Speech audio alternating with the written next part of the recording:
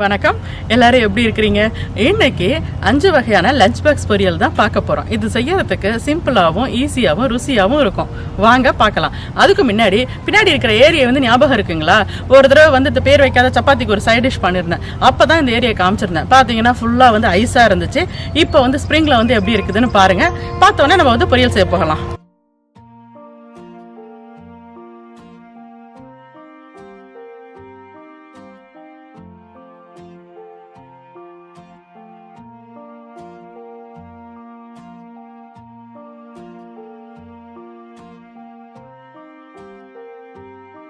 Carrot pepper ஃப்ரைக்கு கேரட்டை வட்டமாக cut பண்ணி எடுத்துக்கணும். இந்த ஃப்ரைக்கு இப்போ மிளகு ஜீரக பொடி மட்டும்தான் போட போகிறேன். மிளகு ஜீரகத்தை எண்ணெய் இல்லாமல் நல்லா ட்ரை ரோஸ்ட்டாக வறுத்துட்டு பொடி பண்ணி எடுத்துக்கோங்க. அப்புறம் கருவேப்பிலை.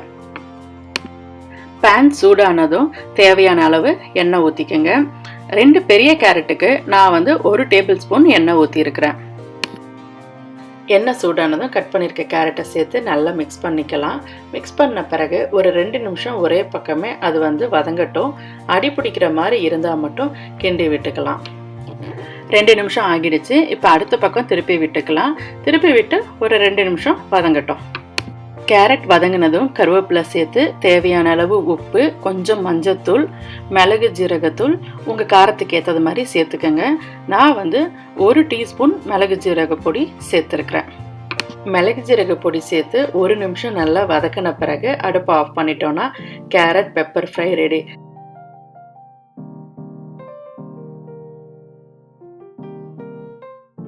காலிஃப்ளவர் பட்டாணி பொரியலுக்கு மஞ்சத்தூள் போட்டு சுடு தண்ணியில் காலிஃப்ளவரை ஒரு 5 நிமிஷம் போட்டு வச்சுருந்துட்டு வடிகட்டிட்டு எடுத்து பொரியலுக்கு யூஸ் பண்ணிக்கலாம்.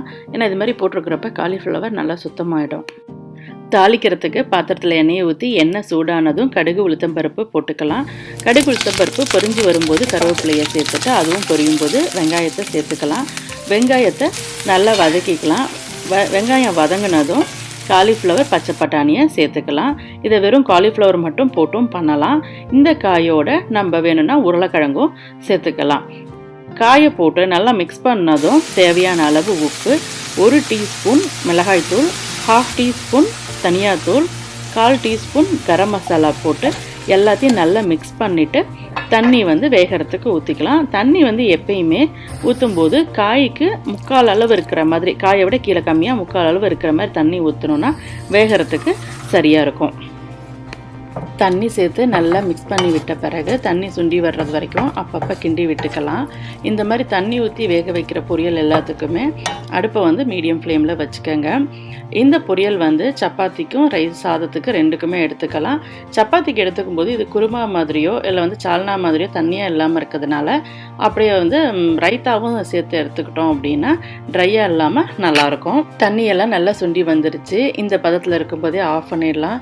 இன்னும் கொஞ்சம் ரோஸ்டாட்டம் வேணும் அப்படின்னா அடுப்பை சிம்மில் வச்சுட்டு ஒரு 1 நிமிஷம் நல்லா ஃப்ரை ஆகுறது மாதிரி விட்டுட்டு ஆஃப் பண்ணலாம். அது இன்னும் கொஞ்சம் ரோஸ்ட் ஆட்டம் டேஸ்ட்டு நல்லாயிருக்கும்.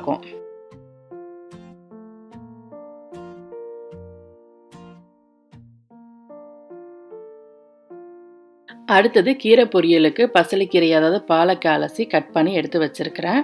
இதே மாதிரி மற்ற கீரைகள்லையும் பொரியல் செய்யலாம். இதை காலையில் செய்கிறதா இருந்தோன்னா நாளே ஆஞ்சு சுத்தம் பண்ணி வச்சிட்டோம் அப்படின்னா காலையில் செய்கிறதுலே ரொம்ப சீக்கிரமாக செய்யக்கூடிய பொரியல் கீரை பொரியல் தான். இந்த பொரியலுக்கு தேவையானது வெங்காயம், காரத்துக்கு காஞ்ச மிளகா, அப்புறம் கொஞ்சம் துருவின தேங்காய். தாளிக்கிறதுக்கு எண்ணெய் காஞ்சதும் கடுகு, உளுத்தம்பருப்பு, கடலப்பருப்பு சேர்த்துக்கலாம். கடலப்பருப்பு பொன்னிறம் ஆனதும் வெங்காயத்தை சேர்த்துக்கலாம். எப்பயுமே அடுப்பை மீடியம் ஃப்ளேமில் வச்சுக்கோங்க. இப்போ கடலப்பருப்பு நல்ல பொன்னிறம் ஆயிடுச்சு. வெங்காயத்தை சேர்த்துக்கலாம். வெங்காயம் நல்லா வதங்கின பிறகு காஞ்ச மிளகாயை சேர்த்துக்கலாம். வெங்காயம் வதங்கிடுச்சு. இப்போ காஞ்ச மிளகாயை சேர்த்து 1 நிமிஷம் நல்லா வதக்கி விட்ட பிறகு அலசி வச்சுருக்க கீரையை சேர்த்துக்கலாம். கீரை வேகிறதுக்கு அந்த தண்ணி, கீரையில் இருக்க தண்ணியே போதும். அப்படி பத்தலைன்னா மட்டும் கொஞ்சமாக சேர்த்துக்கங்க. இந்த கீரை 5 நிமிஷத்தில் வெந்துருங்க. ஸோ மொத்தமாகவே இந்த பொரியல் பண்ணுறதுக்கு 10 நிமிஷம் தாங்க ஆகும். 1 நிமிஷம் கீரையை வதக்கின பிறகு தேவையான அளவு உப்பு, கொஞ்சம் மஞ்சத்தூள் சேர்த்துக்கலாம். சேர்த்த பிறகு தண்ணி தேவைப்படுதான்னு செக் பண்ணிவிட்டு தேவைப்பட்டால் மட்டும் சேர்த்துக்கங்க. நான் தண்ணி சேர்க்கலை. இது கீரையில் இருந்த தண்ணியே வேகிறதுக்கு போதுமான அளவு இருக்குது. தண்ணி சுண்டுனதும் துருவி வச்சுருக்க தேங்காயை சேர்த்து ஒரு நிமிஷம் நல்லா மிக்ஸ் பண்ணி விட்டுட்டு அடுப்பை ஆஃப் பண்ணிடலாம். பிடிக்கிறவங்க துவரம் பருப்பு முக்கால்வாசி வெந்திருக்கும் பார்த்திங்களா, அதோட உருவம் மாறாமல் அந்த துவரம் பருப்பை தேங்காய் சேர்த்த பிறகு சேர்த்தோம் அப்படின்னா துவரம் பருப்பு, கீரை, தேங்காய் எல்லாம் வாசனை வந்து ரொம்ப நல்லாயிருக்கும். நல்லா சுடுசாதத்தில் நெய் போட்டு இந்த கீரை பொரியலை பிசைஞ்சு பசங்களுக்கு, என் பெரியவங்க நம்மளுமே சாப்பிட்லாம். ரொம்ப ருசியாக இருக்கும். இன்றைக்கி நான் வந்து துவரம் பருப்பு சேர்க்கலை. சேர்த்து பார்த்துட்டு எப்படி இருக்குதுன்னு சொல்லுங்கள். அவ்வளோதாங்க, கீரை பொரியலும் ரெடி ஆயிடுச்சு.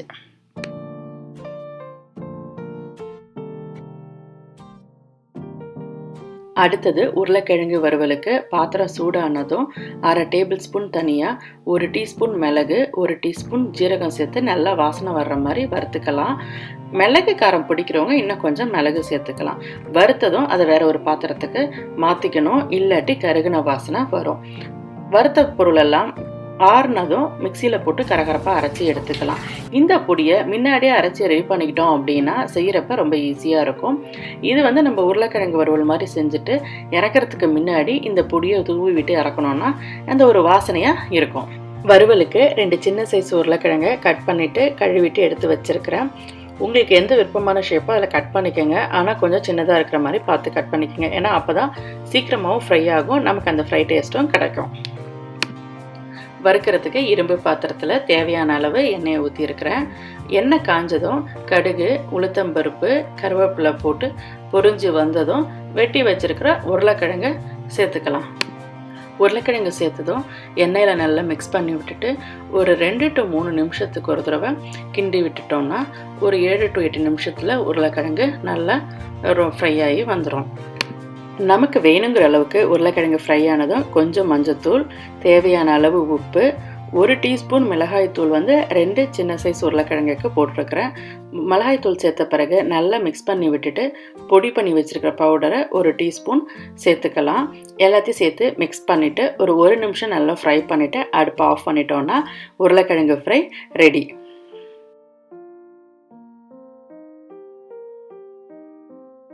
முட்டைக்கோஸ் கார பொரியலுக்கு முட்டைக்கோஸை சன்னமாக கட் பண்ணி எடுத்துருக்கிறேன். பொடியாக நறுக்கின இஞ்சி, அப்புறம் கருவேப்பிலை. பாத்திரம் சூடானதும் தேவையான அளவு எண்ணெய் ஊற்றி கடுகு, உளுத்தம்பருப்பு, கொஞ்சம் பாசிப்பருப்பு போட்டு நல்லா பொரிஞ்சு வரும்போது கருவேப்பிலையும் சேர்த்துக்கலாம். கருவேப்பிலை பொரிஞ்சதும் கட் பண்ணி வச்சுருக்க கோஸை சேர்த்து நல்லா மிக்ஸ் பண்ணிக்கலாம். 2 நிமிஷம் வதங்கட்டும், அப்பப்போ கிண்டி விட்டுக்கலாம். 2 நிமிஷம் வதங்கின பிறகு இஞ்சி சேர்த்துக்கலாம். இஞ்சி சேர்த்த பிறகு 1 நிமிஷம் நல்லா வதங்கட்டும். வதங்கின பிறகு தேவையான அளவு உப்பு, கொஞ்சம் மஞ்சத்தூள், மிளகாய்த்தூள் சேர்த்து நல்லா மிக்ஸ் பண்ணிவிட்டு மிளகாய்த்தூள் பச்சை வாசனை போகிறது வரைக்கும் வந்து வதங்கின உடனே ஆஃப் பண்ணிடலாம் அடுப்பை. முட்டைக்கோஸ் கார பொரியல் ரெடி. சிம்பிளான 5 வகையான பொரியல் ரெடி. அடுத்த வீடியோவில் பார்ப்போங்க. நன்றி.